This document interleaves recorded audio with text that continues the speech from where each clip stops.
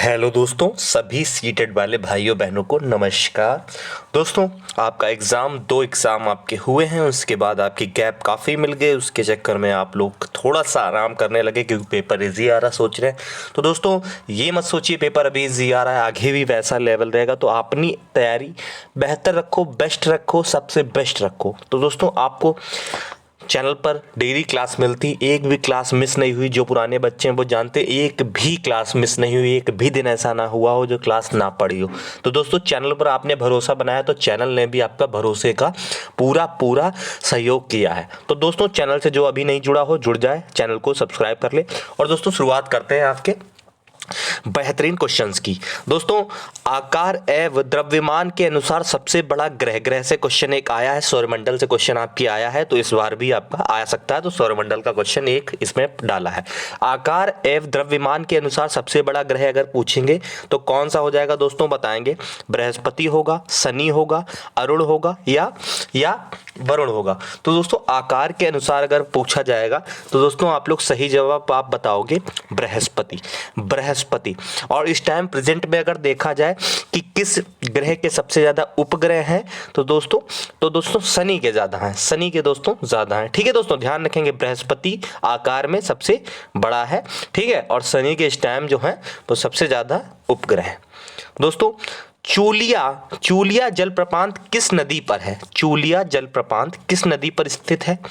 इंद्रावती नदी है, चंबल है, मांडवी है या कावेरी है? इंद्रावती है, चंबल है, मांडवी है या कावेरी है? बताएंगे सही आंसर क्या हो जाएगा। तो जो चूलिया जलप्रपात है वो चंबल नदी पर है। किस नदी पर है? चंबल नदी, बिल्कुल सही हो जाएगा।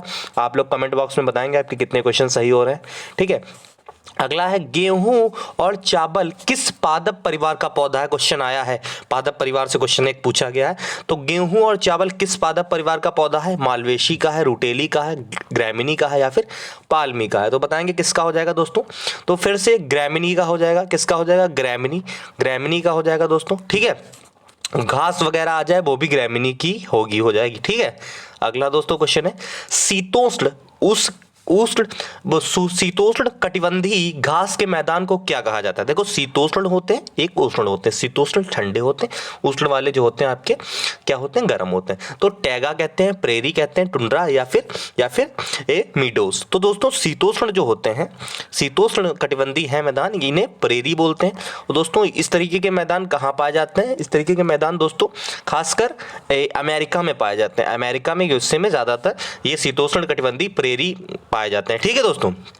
अगला है दोस्तों, नेपाल तिब्बत सीमा पर अवस्थित सबसे ऊंचा पर्वत कौन सा है दोस्तों? सबसे ऊंचा पर्वत कौन सा है दोस्तों?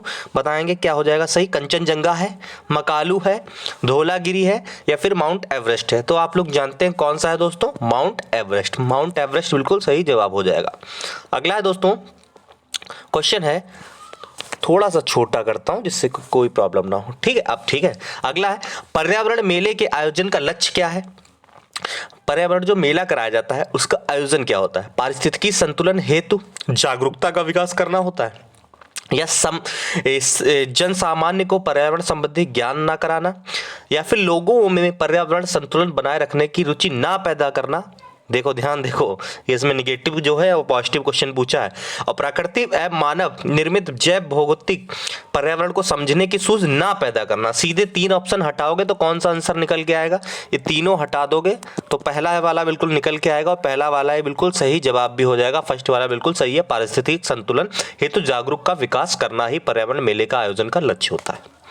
अगला है दोस्तों, राष्ट्रीय पर्यावरण, यानी सीधे पूछ रहा है कि नीरी है कहाँ स्थापित किया गया है? चेन्नई है, नागपुर है, नई दिल्ली है, धनबाद है? नीरी दोस्तों कहाँ है? नीरी बहुत इंपॉर्टेंट है, NEERI आपके नीरी लिखा होगा, ठीक है दोस्तों। तो आप लोगों का कहाँ है दोस्तों, बताएंगे। नेशनल एनवायरनमेंट आपका ये पूछा जाता है, national environment engineering research organisation जो है नीरी आई इंस्टीट्यूट होता है। तो कहाँ है दोस्तों? तो आप लोग जानते हैं नागपुर, पुराने बच्चे सबने पढ़े हैं, मैंने क्लास में पढ़ा है, अब रिवीजन का समय। नागपुर में कहाँ है नीरी? नागपुर में क्वेश्चन आ सकता है आपका। एनजीटी का फुल फॉर्म भी पूछा गया है पिछले एग्जाम में। तो एनजीटी का फुल फॉर्म का पूरा नाम दोस्तों क्या है दोस्तों?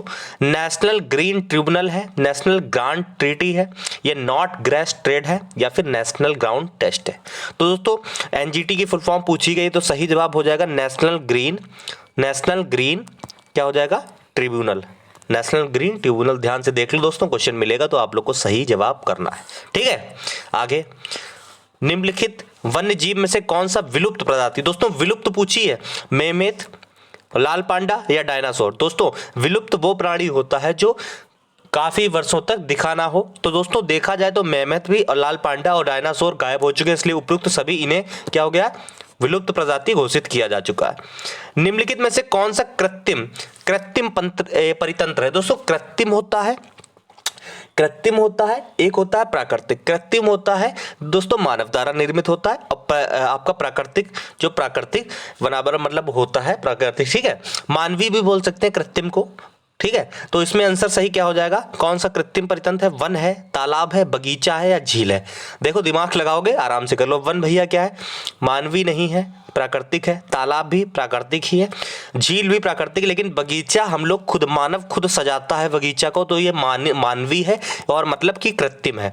मानवीय है मतलब कि कृत्रिम है। जैसे भूकंप अगर आता है, भूकंप भी मानवीय तरीके से भी आ सकता है और प्राकृतिक भी तरीके से। जैसे भूकंप है, भूकंप जैसे आया, कुछ बादल फटा, ये सब आया, धरती डोली, तो ये तो प्राकृतिक घटना है। लेकिन यहीं पे अगर आप जैसे एटम बम वगैरह की रिसर्च कर रहे हैं और एटम बम आपने दगाया, तो अगर फटा तो पृथ्वी हिली, उस पर असर जरूर पड़ता है, क्योंकि भैया इतने ज्यादा एटम्स उसमें होते हैं। तो दोस्तों वो प्राकृतिक घटना नहीं होगी, वो मानवीय घटना होगी। वो क्या होगी? मानव। तभी तो कहते हैं मानव बहुत ज्यादा क्षति भी पहुंचा रहा है पर्यावरण को सबसे ज्यादा। ठीक है, अगला है भारत में अवस्थित होने वाला प्रथम राष्ट्रीय उद्यान। दोस्तों बता देंगे दोस्तों कौन सा है दोस्तों? कार्बेट है, दुधवा है, गुइनिडी है या फिर कार्बेट है? बताएंगे तो कौन सा है दोस्तों? आप लोग जानते हैं कौन सा हो जाएगा? Corbett National Park. Corbett National Park ही जो है भारत का पहला राष्ट्रीय उद्यान है दोस्तों। अगला है पृथ्वी की सतह पर प्राप्त सौर ऊर्जा को क्या कहते हैं? दोस्तों सौर ऊर्जा को क्या कहते हैं दोस्तों? बताएंगे क्या वो कहते हैं? तो दोस्तों आप लोग का देखो आंसर अगर सही से बताओगे तो आराम से कर लोगे, सौर विकिरण या सूर्य ताप। तो दोस्तों दोनों ए बी दोनों हो जाएंगे। सतह पर प्राप्त ऊर्जा को कहते हैं सूर्य ताप भी कहते हैं और सौर विकिरण भी कहते हैं। ठीक है, तो 12 के सी हो जाएगा आपका। ठीक, 12 क्वेश्चन आपके फटाफट हो गए। क्लास अच्छी लग रही तो एक लाइक जरूर कर दो, लाइक जरूर कर दो दोस्तों, क्लास अच्छी लग रही हो तो। अगले 13वें क्वेश्चन पे चलते हैं। 13वें नंबर का क्वेश्चन दोस्तों आपकी स्क्रीन पर ये रहा। अंगूर के पौधे में कौन सा अम्ल पाया जाता है? कौन सा एसिड पाया जाता है? टार्ट्रिक है, फार्मिक है, साइट्रिक है या मौलिक अम्ल है? तो बताएंगे कौन सा सही हो जाएगा। तो दोस्तों अंगूर के जो पौधे में अम्ल है वो टार्ट्रिक पाया जाता है और फार्मिक अम्ल भी पूछता है, याद रखेंगे चींटी के डंक में होता है, चींटी के डंक में, ध्यान रखेंगे चींटी के डंक में। ठीक है, चींटी ध्यान रखेंगे। ठीक, साइट्रिक वगैरह खट्टे फलों में होता है। ठीक है, अगला एक प्रजाति को जीवित रहने के लिए जिन जीवक भौतिक या रासायनिक कारकों की आवश्यकता होती है उसे क्या कहते हैं? वातावरण, अध्ययन, भोजनालय या निकेत? तो दोस्तों उसे क्या कहते हैं आप लोग बताएंगे? उसे ही कहते हैं निकेत। क्वेश्चन देखिए आया था निकेत, उनको क्या कहते हैं? निकेत। जैसे हम लोग का आवास होता है वैसे इनको निकेत ही बोलते हैं। ठीक है, आगे निम्न में से कौन सा एक का संबंध पर्यावरणीय सुरक्षा से नहीं है? ध्यान रखना।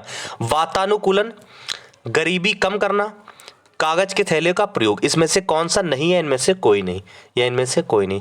तो पर्यावरण सुरक्षा से संबंधित नहीं है भैया, ये तो संबंधित है। एसी वगैरह तो है, गैसें हैं, कागज के थैले का प्रयोग है पर्यावरण, लेकिन गरीबी कम करना है पर्यावरण से थोड़ी ना, इसका मतलब है गरीबी कम करना। ठीक है, तो ये वाला नहीं है। ठीक, आगे मैथन बांध का निर्माण किस नदी पर हुआ है? दामोदर नदी, रिहांद या फिर मयूराक्षी या फिर बराकर? दोस्तों किस पर हुआ है बताएंगे? तो मैथन बांध का जो है आपका निर्माण दोस्तों है वो बराकर नदी पर। कौन सी नदी पर है? बराकर नदी पर। अगला है दोस्तों पर्यावरण शिक्षा से क्या तात्पर्य है? शिक्षा से क्या तात्पर्य हो जाएगा? शिक्षा के माध्यम से पर्यावरण को दूषित होने से बचाना, विद्यार्थी को आनंद प्राप्त होना, पर्यावरण की जागरूक, या फिर विद्यार्थियों की बस्ती का भार डाला जाए। ठीक, बस्ती का भार डाला जाए नहीं, शिक्षा के माध्यम से पर्यावरण को दूषित करने से बचाना, यही बिल्कुल सही हो जाएगा। ए वाला बिल्कुल सही, ऐसे क्वेश्चन आ रहे हैं आपके। अगला है निम्नलिखित में से कौन सा सबसे प्रभावी कीटनाशक है? सबसे प्रभावी कीटनाशक दोस्तों कौन सा हो जाएगा? बबूल है, बरगद है, नीम है, जामुन है? बताएंगे सबसे प्रभावी कौन सा हो जाएगा? तो सही आंसर हो जाएगा नीम। क्या हो जाएगा? नीम बिल्कुल सही जवाब हो जाएगा, नीम। देश के आंतरिक भागों में विमान सेवाओं के संचालन हेतु स्थापित भारतीय विमानन निगम का मुख्यालय पूछ रहा है कहाँ है। आप लोग बताएंगे कहाँ है, तो आप लोग जानते हैं ये हमारी राजधानी में है, इसमें देर नहीं करेंगे, नई दिल्ली में है। कहाँ है? नई दिल्ली में है, नई दिल्ली में। अगला है, निम्नलिखित में से कौन सा एक प्राकृतिक पूंजी नहीं है? प्राकृतिक पूंजी नहीं है दोस्तों, फिर से देखो वही चीज़ आ गया। खनिज है, जल है, वन है। देखो खनिज प्राकृतिक है, जल प्राकृतिक, वन, लेकिन सड़कें जो है प्राकृतिक नहीं है। टूल टैक्स देते हो प्राकृतिक नहीं, मानवीय द्वारा बनाया गया है। तो ये दोस्तों आज के क्वेश्चन थे। आपको मज़ा आया हो तो चैनल को सब्सक्राइब कर दो और ऐसे ही प्यार बनाए रहो। आप लोग जुड़ जाओ, अंतिम एग्जाम जिसका है आखिरी दिन तक बिल्कुल डटे रहेंगे, उसके बाद आपको सुपर टेट में भी तैयारी कराएंगे। आपका एक सब्सक्रिप्शन खराब नहीं जाएगा, उसकी पूरी कीमत हम लोग अदा करेंगे। ठीक है दोस्तों, धन्यवाद। जय हिंद, जय भारत।